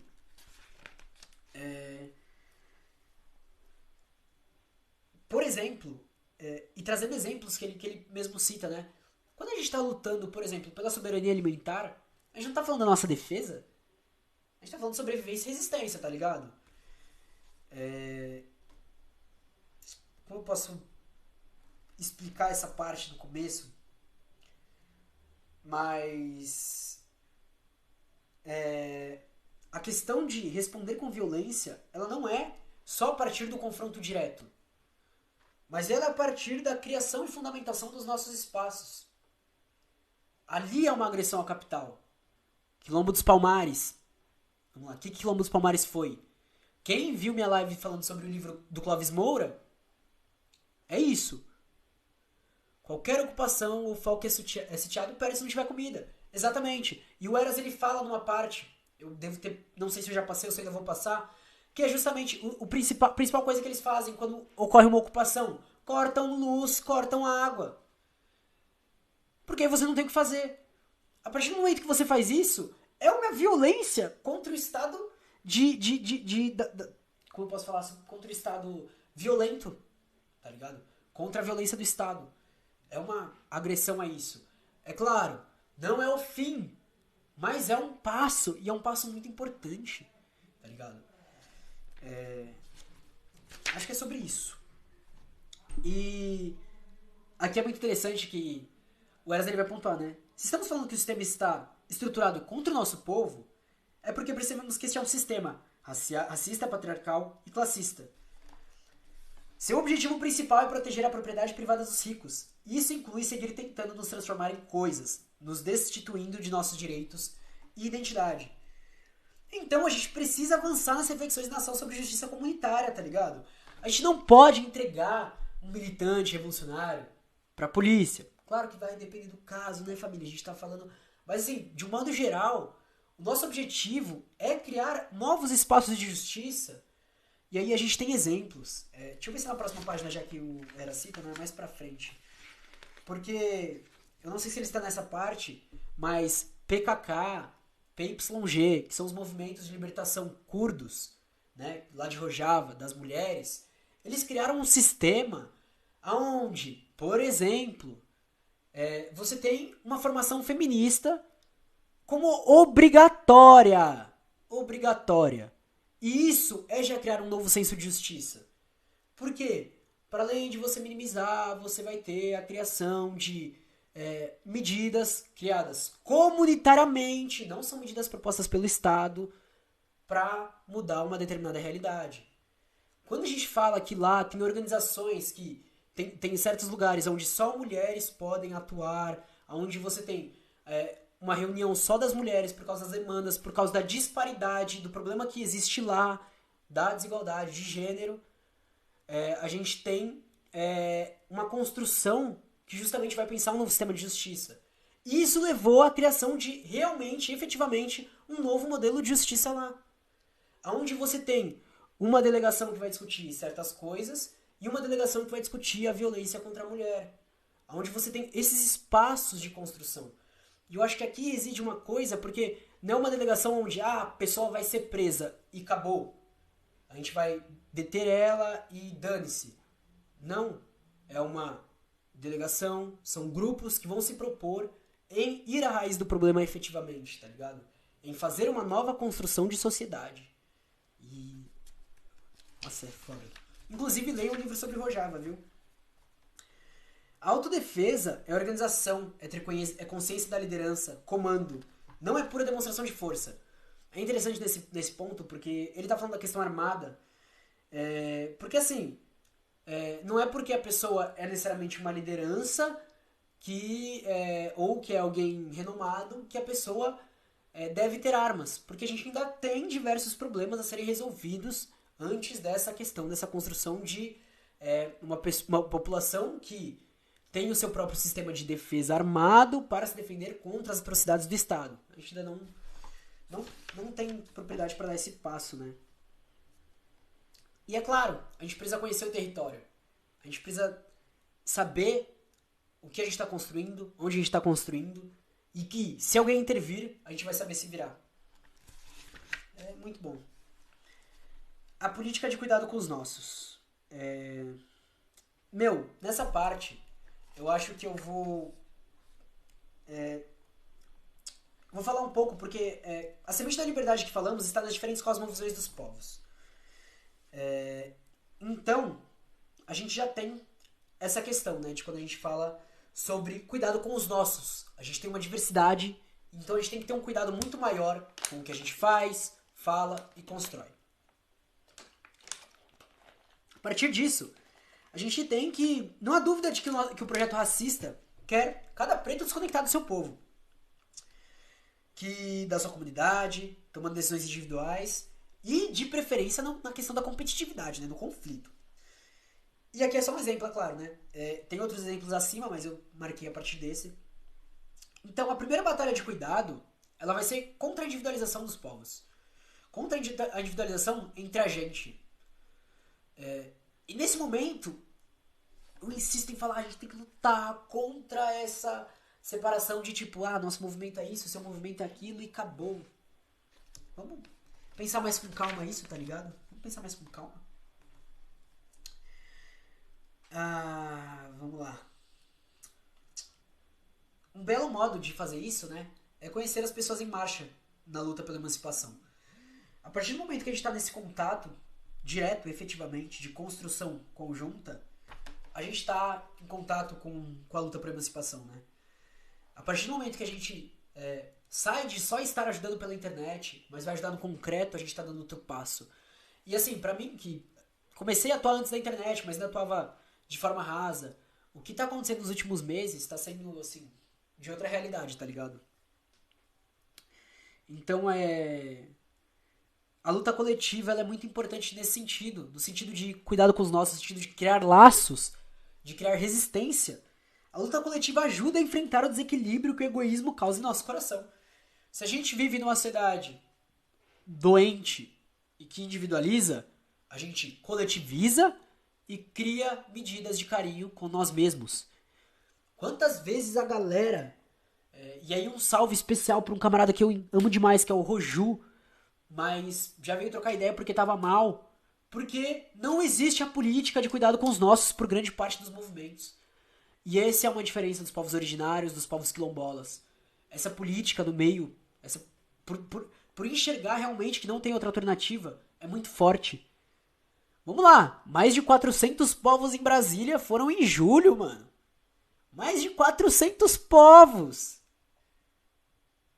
Tá ligado? A gente tá falando de diversidade, de uma gama de grupos que estavam lá, unidos, numa luta que afeta a todos e que inclusive afeta a gente. Então a gente não tem doar em peso é um problema, mas eles estavam lá. Assim. E é daí que a gente tem que aprender, tá ligado? Nossa, o livro tá longe, calma aí, família. Vamos lá que tem muita coisa pra falar ainda. E aí a gente tem que superar as dores, né? Porque a militância também cansa. Você tá atuando não é uma coisa fácil. Quantas vezes a semana eu já falei lá no Twitter que eu tô cansado, que eu tô exausto. Eu tô de férias, tá ligado? Só tô na militância, mas tô cansado. Não é possível ser radical ignorando o cuidado com a militância na própria luta política. Então, se a gente fala, por exemplo, que machismo e toda a violência advinda do patriarcado atacam a gente, é preciso que a gente combata no cotidiano dos processos da organização, tá ligado? Inclusive tem várias organizações aí, não adianta citar aqui, mas que tem práticas machistas recorrentemente. Então a partir do momento que a gente luta contra isso, é sensacional. Tem uma galera, a Manu, a Nath, a Val, porra, dá pra ir longe nessa questão, a Rebeca Gaia, que estão todo dia falando, dando aulas. A própria Vi, que agora tá falando muito, e tá falando muito bem. São pessoas que a gente tem que parar pra ouvir, tá ligado? Porque ali tá a discussão de um dos pontos que é primordial pra nossa construção, tá ligado? É o momento onde a gente tem que aprender, e infelizmente, muitas vezes a gente não é ensinado a aprender desse jeito. ou muitas vezes no meio do caminho a gente se perde, ou muitas vezes, porque a gente tem isso interiorizado, né? Não quero cair num papo de simplesmente reprodução de uma violência e tal, porque a gente sabe que tem vezes que é muito mais pesado. Mas a gente precisa, todo dia, e aqui não é de querer pagar de desconstruído e tal, mas se a gente não ouvir, se a gente não trocar ideia, se a gente não entender, a gente nunca vai conseguir a real emancipação, tá ligado? E para além disso, a gente precisa estar lado a lado, precisa estar combatendo. Quantas vezes não chega a galera e fala assim, porra, tal cara fez tal coisa e não sei o que. E aí, os amigos da pessoa vão lá e fazem aquela proteção, fazem a meia-culpa, pá, não sei o que. E a gente precisa assumir uma postura mais de, sabe, de se colocar ombro a ombro, tá ligado? Porque é isso, a gente tá lado a lado. A gente tá nessa luta conjuntamente. E a partir do momento que a gente tenta se esquivar de certas discussões e de certas lutas, a gente tá se esquivando da luta pela nossa construção real. E aqui entra outro ponto importante, né? Que pra quem pegou meu podcast sobre a armadilha da identidade, entro nesse tocante, né? Se nós entendemos, portanto, que aos povos subalternizados, escravizados, marginalizados, desterritorializados, o que sobra é seu próprio corpo, e ninguém deve, portanto, ser violado, muito menos pela... O que sobra é seu próprio corpo. E ninguém deve, portanto, ser violado, muito menos pela forma como expressa e usa seu corpo. Então, se ao despossuído sobrou apenas a identidade, compreendemos que é a partir daí que deve se manifestar a sua política. E é fugir do identitarismo e cair na identidade. E aqui, o Eras entra na questão de álcool e drogas. Essa parte em específico, ele tem um texto sobre, e agora ele tem nesse livro falando sobre, inclusive ele fala que um dos homens mais ricos do país é dono de uma cervejaria. Importante lembrar. Mas esse texto, inclusive, Eras, depois você me manda pra eu compartilhar, porque essa discussão vocês têm que ouvir o Eras. É possível que ao eu falar eu caia em algum moralismo, ou deixe como a bola em alguma parte importante, então eu vou deixar pro Eras expressar essa parte. Pode crer?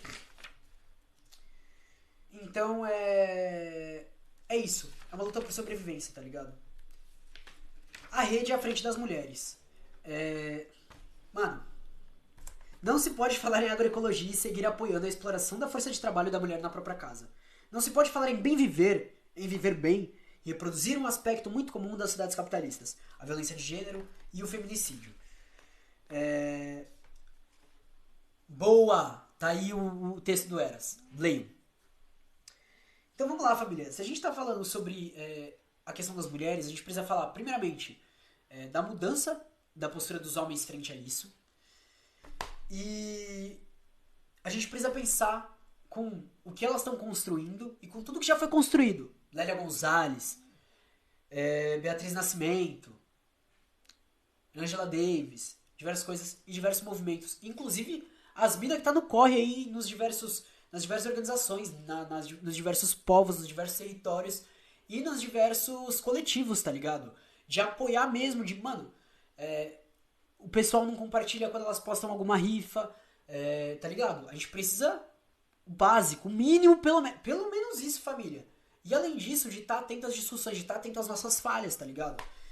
E aí a gente tem um exemplo do PKK e da YPG, né? O Partido dos Trabalhadores do Kurdistão e as Unidades Populares de Proteção, onde a gente tem uma volumosa auto-organização das mulheres, que inclusive lideram o movimento revolucionário.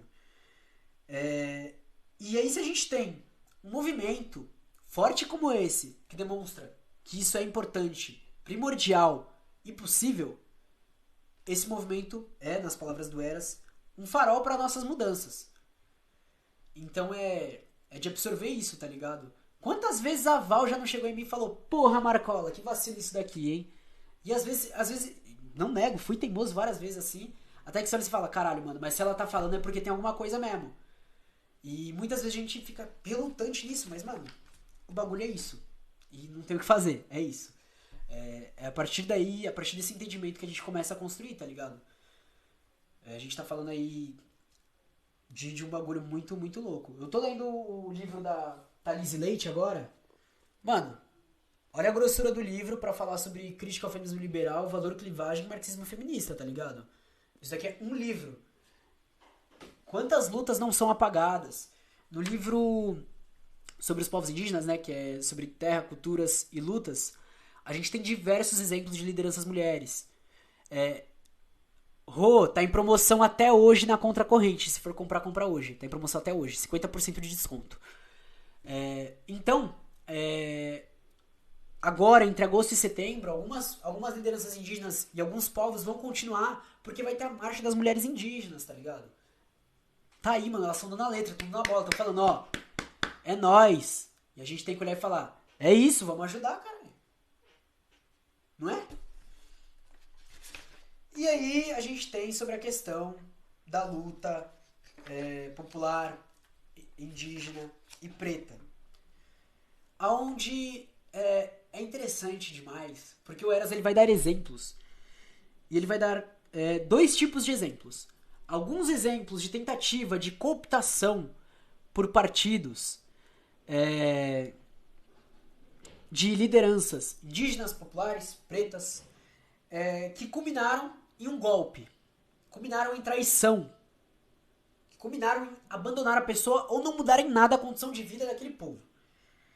Em contraposição a isso, nós temos as lutas que efetivamente foram contra isso. Então, é interessante que essa frase que o Eras coloca. A liderança dos brancos e o poder concentrado em suas mãos são desgraças em nossa história. E ele dá diversos exemplos. Leiam. E é claro, o racismo ele vai atrapalhar a luta entre os povos, né? Não tem como. Chega de nos usar como bucha de canhão. Eu acho que esse é um ponto, né? Quando a gente pensa nessa aliança... E é claro que a gente não tá falando aqui... Não, pessoas brancas, não se organizem com a gente. Não, mas a gente tá falando de estar organizado com a gente...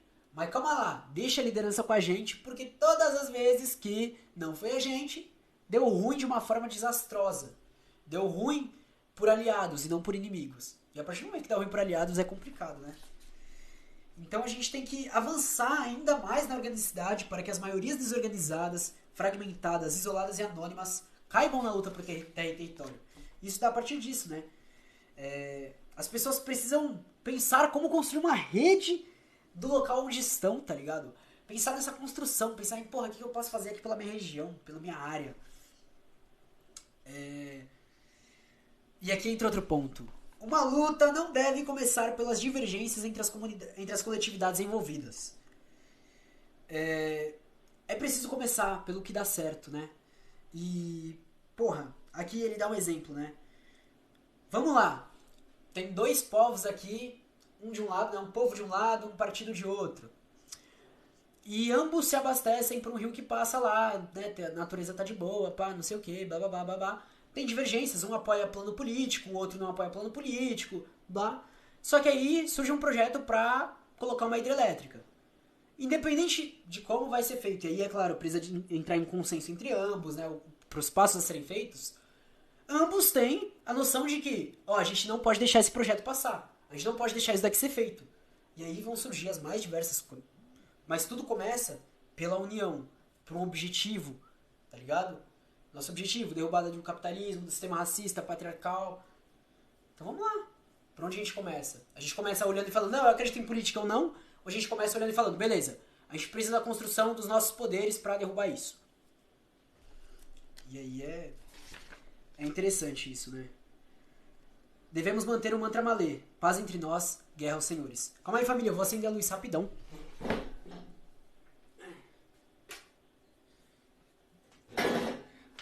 Pronto. Melhora a câmera e melhora a minha leitura aqui, porque meu olho já tá... Vamos pensar numa anedota. Olha essa anedota, é muito boa. Um anarquista leitor de Bakunin e um comunista leitor de Lenin estavam na roça e tinham que levar bombonas cheias de biofertilizantes para um SAF. Teriam de carregar mais de 100 quilômetros de viagem, com um carrinho na mão e ao longo do trecho de quase 1 quilômetro. 100 quilos por viagem, 100 quilos, ao longo de 1 quilômetro. Um carregava um trecho e o outro segurava para que a bomba não virasse. Depois se revezavam. Bom, caso começasse uma discussão sobre o Estado ou sobre a participação de eleições, o dissenso poderia atrapalhar a tarefa. Sem realizá-la, poderiam ter problema na geração de riqueza naquele meio de produção, terra. Lembrando que riqueza aqui, família, não é riqueza no sentido capitalista de dinheiro e pá, não sei o quê, mas riqueza de vida, de sobrevivência, de resistência e de continuação daquele povo. Então ambos concordaram que, durante o percurso, não falariam de suas discordâncias até que tivessem completado o intento, mas entre um papo e outro as diferenças apareciam. No meio de uma das viagens, a roda do carrinho de mão quebrou, e quase todo o biofertilizante foi ao chão, não fosse a atuação conjunta dos companheiros que seguraram juntos a bombona. Eles tiveram de seguir o resto do caminho carregando material pesado em suas próprias mãos, e o peso atrapalhava um pouco a falação, que ia diminuindo conforme o cansaço crescia. Em quedas, escorregões, cansaços, resenhas, de que um ou outro não aguentou o peso, ao final do trabalho, eles tinham mais para contar aos demais sobre seus feitos do que sobre suas diferenças ideológicas.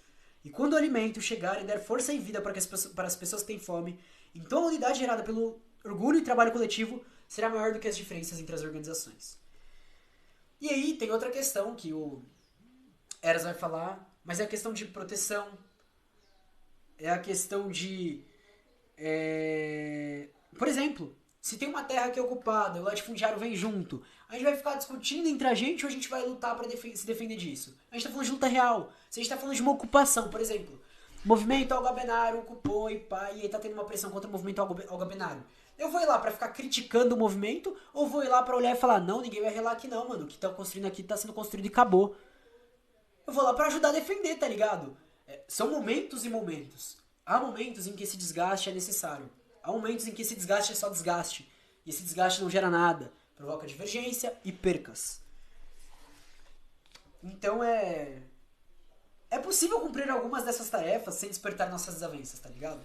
E esse é o ponto. As trocas em meio a essa diversidade podem suprir nossas demandas e curar nossas feridas. Sejam as que carregamos nos nossos corpos e nossas relações ou nossos territórios. Desse modo, a cada um de acordo com as suas necessidades. É isso. Aí entra aqui na questão de ancestralidade e espiritualidade. Esse capítulo em específico, eu não vou falar sobre ele agora, porque eu acho que eu tenho muito que aprender ainda sobre isso. Então, eu deixo muito minha recomendação desse capítulo, porque é uma coisa que eu tô aprendendo, que eu tô me entendendo ainda sobre. Tem muita coisa grifada, mas eu acho que eu quero trazer algo específico sobre isso, juntando com a minha experiência nos meus trabalhos e na minha família. Eu acho que vai ser bem melhor, bem mais efetivo. E também não vou falar sobre imperialismo, porque a gente tem trabalhos falando sobre ele aí no podcast. Vamos para o último capítulo, que é o capítulo onde encerra. E ele vai ser um capítulo completamente lido, viu, família? Então eu vou beber água e vou ler sobre ele.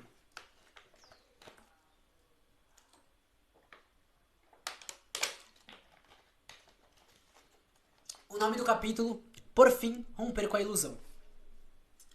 Estas são as palavras de despedida da nossa reflexão. Que nossa palavra ajude a romper ilusões e colocar as pessoas em marcha, rumo à vitória contra nossos inimigos. Porém, não é possível sair da inércia enquanto as ilusões que nos colocaram no comodismo estiverem vivas em nossos corações. Não é fácil abandonar uma crença construída pelo Estado, pelas ideologias da direita, pelo conformismo do pensamento de esquerda ao longo de anos e anos. Não é fácil. Contudo, é necessário. E o convite a esse rompimento são as últimas palavras desse livro.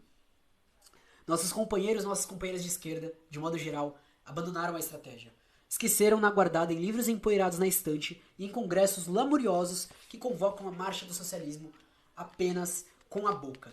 Depois da convocação, aqueles intelectuais e grandes lideranças saíam a beber e discutir e vulgarizavam a luta revolucionária com um papo boêmio, esquecido com a ressaca. Abandonaram a estratégia e trataram as táticas como se fossem política ampla e geral de organização. Então aquele aliado que deveria ser tático virou um aliado eterno, até a hora da traição. Aquela ação social de mobilização para construir retomadas virou caridade.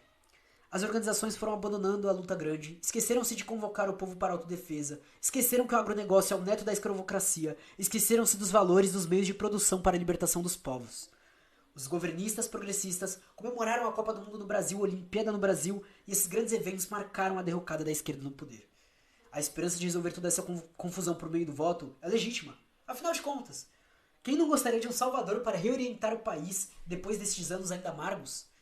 Porém, não podendo prever o futuro, o mínimo que podemos fazer é olhar para trás e ver se houve governo no Brasil que tenha apoiado o povo em luta por sua libertação. O que vimos foram sucessões de governos que sempre se alinharam ao latifúndio, inimigo principal dos povos. Então, rompa com essa ilusão. Quem falou sobre reforma agrária foi golpeada antes de conseguir realizá-la. Este é o país dos fazendeiros e dos banqueiros. Nenhum poder institucional pode contrariar os interesses desses dois grupos. Quando paramos de falar de terra e território, passamos a reivindicar direitos e políticas públicas, fazemos jogo do capital e do racismo. Porque essa ideia de empoderar os povos de forma simbólica é uma das mais profundas ilusões que nos impuseram. Que empoderamento é esse? Que empoderamento não consegue confrontar e virar nenhum jogo político a favor de seus iguais? Que empoderamento é esse que não ampliou a tomada dos direitos dos meios de produção pelos empoderados? Então, nós dizemos que esse empoderamento é bom para uma sociedade liberal. Mas se nós concordamos que o racismo é a estrutura dessa sociedade, nós não temos que buscar fazer parte dessa máquina de exclusão. Nós temos que quebrá-la. Nossa tarefa histórica, então, é criar uma nova sociedade a partir das ruínas da atual. Dizemos que eles nos darão representatividade, mas não nos darão terra. Repetimos, terra é poder. Se querem nos empoderar, nos deem terra. Mas a verdade é que não nos darão, não sem muita luta, muita guerra. Com o nosso trabalho na terra, poderemos ser ricos. Não ricos como os dessa sociedade, que só são porque há muito pobres trabalhando por eles. Falamos em riqueza enquanto abundância, enquanto ter tudo de que precisamos a partir do nosso próprio trabalho. Ambiente protegido, mesa farta, água suficiente, necessidades realizadas. E ainda, uma riqueza para construir nossos sonhos. Porém, tudo isso não virá por meio do voto, elegendo gente de povo para o Congresso. Ali é um esquema armado. Ou te deslegitimam, te acusam de roubo, te isolam ou te matam. Não vamos por aí. Ouvimos incessantes vezes mestre Jorge Rasta lembrar, Patrícia Lumumba. Entre caça e caçador não existe diálogo. Quem aceita a verdade de seu algoz merece o destino que tem. São palavras que aprumam a crítica de nossas condutas. Palavras que aceitamos colocar em nossos corações rebeldes. Nosso caminho mira terra e território porque entendemos que esse povoamento exacerbado das cidades é projeto do capitalismo e do racismo. Fica claro como os povos marginalizados da cidade são cercados por uma violência policial intensa e uma pobreza estrutural que os prende ao trabalho precário e uma intoxicação ideológica que os faz crer que, se tiverem esforço pessoal, as coisas podem melhorar. Isso é um projeto. O esvaziamento do campo tornou mais fácil a predação das riquezas pelos grandes empreendimentos e a ocultação das lideranças de comunidades para aceitarem os impactos ambientais e sociais. Enquanto fomos inundados de matérias jornalísticas falando da precariedade da vida no campo, de novelas mostrando a melhoria de vida nas cidades, para as pessoas que vinham do interior, vimos um fluxo migratório aceitar a cidade como opção e deixar terreno livre para uma ocupação acelerada do campo por uma elite ávida por terra. O Cerrado é prova concreta. Região de povos originários e quilombolas sempre teve uma presença forte de população não branca, mas se viu em poucas décadas mudando a cor da paisagem da cidade, com uma nova colonização branca. Só que agora, sulista. Aos povos que viviam ali, nenhuma assistência técnica para gerar mais renda do campo, nenhum empréstimo com boas condições para que produzissem mais riquezas. Aos novos colonos, parcerias internacionais, universidades na região e tudo mais. Enquanto isso, a cidade seguiu mais preta, com o povo mais violentado pelas forças do Estado, pelos conflitos causados pela economia de drogas legais. Sem saídas autônomas, essas massas se submeteram e se submetem toda a sorte de racismo já banalizado entre nós. O sonho do cooperativismo urbano passou. A economia solidária não mudou qualquer estrutura do capital para esses bairros periféricos entre essas cidades de dormitórios. Então pensamos que as saídas não estão dentro da dinâmica urbana, mas desde a ocupação de terras na região periurbana para a produção de alimentos, algo que é realmente muito necessário em qualquer cidade, até a formação de novas comunidades rebeldes ou em outros territórios, como forma de dar condições de vida digna a quem não tem casa, comida e renda nas metrópoles brasileiras. Este é o nosso chamado: enfrentar nossos inimigos produzindo comunidades com dignidade e que consigam, pela boa relação com a natureza, superar a relação de submissão e desrespeito que o capitalismo impôs à mãe terra. É a luta de uma revolução que não ignora que há de mudar agora, e não ao término da luta, nem no futuro incerto, as condições de vida do povo. Uma revolução que não ignora as catástrofes ambiental e climática, que se anunciem como verdadeiro apocalipse esses desastres naturais e pandemias. Não há muitas formas de construir esse chamado. Aqui encontramos na Terra dos Povos foi por meio da construção de alianças entre os de baixo. Estamos falando às companheiras e aos companheiros dos movimentos sociais, dos povos, das comunidades, que não é possível vencer se cada um ficar enfrentando sozinho um mega empreendimento que tira a paz e um pedaço do território, Não é possível vencermos se não sairmos da posição de eterna defesa e passarmos para a condição de impor derrotas históricas aos nossos inimigos. Estamos falando que, enquanto cada um defender apenas a sua casa, o capital vai vencer primeiro ali, depois acolá e logo chegará em nossa. Eles têm recursos suficientes para serem pacientes e falta de escrúpulos o bastante para assinar, contaminar, perseguir, difamar, criminalizar. Mas é possível impormos uma grande derrota a todos eles se a Aliança Preta, Indígena e Popular fizer os combatentes coletivamente e de maneira estratégica. A nossa vingança precisa ser coletiva. Chega de chorar cada um dos nossos mortos e fingir que está tudo bem ou que essa situação vai passar. Os mais velhos do que os nossos, mais velhos, os mais velhos do que os nossos mais velhos, nos têm ensinado que este é o tempo de união, da grande luta. Há uma guerra vindo ao nosso encontro e nossos preparativos estão atrasados. A fome tem chegado e nossos estoques de comida não estão preparados. Aqui já sentimos saudades dos grandes encontros dos povos guerreiros e uma nostalgia que não lembramos se já vivemos. As falanges indígenas, pretas e populares marchando juntas e honrando cada um dos nossos que tombaram em luta. Nessa longa jornada, muitos estão alegando que já não têm forças. Outros dizem que só vão até metade do caminho porque tem coisas a fazer depois. E outros ainda nos dizem que já se contentam em estarem lutando que não precisam vencer. Há muita negação, reclame e desalento com a luta. É isso que ouvimos e com tudo isso seguimos caminhando e argumentando aos companheiros e às companheiras, que tão pouco sabemos aonde vamos chegar. Em verdade, não sabemos o caminho ao certo. Mas, com tantos erros cometidos antes, já sabemos aonde não ir. E nos perguntam, então os incrédulos, como será a vitória? Nós temos combatido todos esses anos em sucessivas pequenas vitórias em nossos territórios, mas com um fracasso cotidiano, um fracasso revolucionário cotidiano. Então, não sabemos o gosto da vitória, seu cheiro, tampouco sua cor. Sabemos, entretanto, que ao final da jornada, aquelas e aqueles que seguirem estarão triunfantes e juntos. Uma sociedade em que estejamos verdadeiramente juntos nos parece um bom destino. Talvez a redenção dos nossos povos seja justamente isso. A aliança, a unidade dos povos em luta. E assim encerra o livro. Nossa, esse capítulo é muito, muito bom. Esse capítulo é muito bom. Salve, salve, eu Falate. Perdão pela demora, família. Mas eu tava terminando aqui. E aí, o que vocês acharam, família?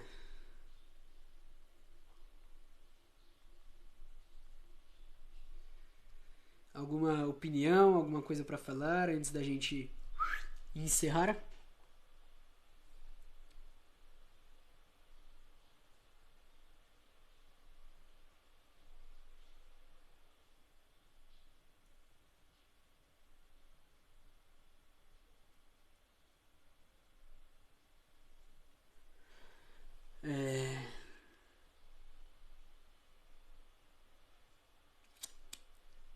Pode falar, família, se tiver alguma coisa. Nossa, tô sem voz, ó.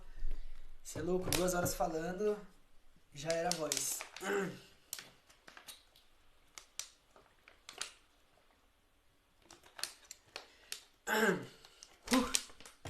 Cansei.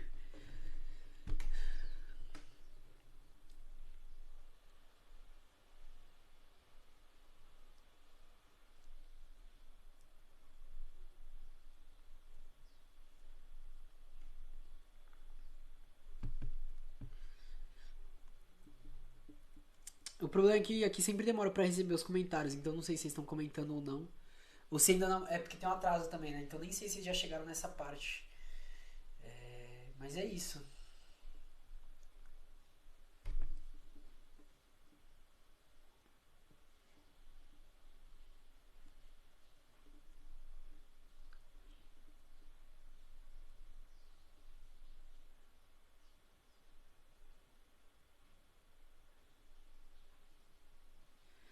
Pô, Manuel, que pena, velho, que pena.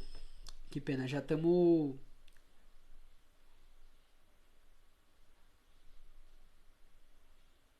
aqui encaminhando pro final.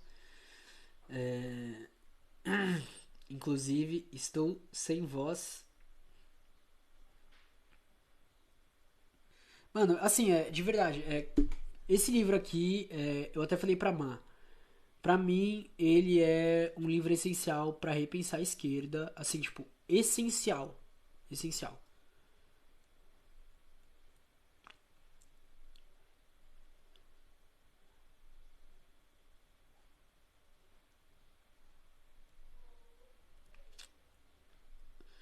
Bom, família, como eu tô sem voz e ninguém tá perguntando nada, eu vou colocar aquele pagodinho pra encerrar. E em uns 2, 3 minutos eu encerro a live, que aí é o tempo de geral ver. Muito obrigado pra quem compareceu, quem ficou até aqui. Forte abraço. Não esquece aí de redes sociais, podcast, Pix, tudo isso. Liberdade para Galo, Bill e Zen. Amanhã talvez tenha ato, já avisando. É bem possível, galera de SP já se prepara pra se mobilizar aí. Porque a gente tem que fazer peso, né? Não tem outra. Tem que ir pra cima. Pode crer? Aqui, ó. Amanhã já vai ter ato. Calma aí. É isso, família. A gente se vê por aí. Qualquer coisa dá um salve. Já pensei em te deixar pra sempre, só que eu te amo demais.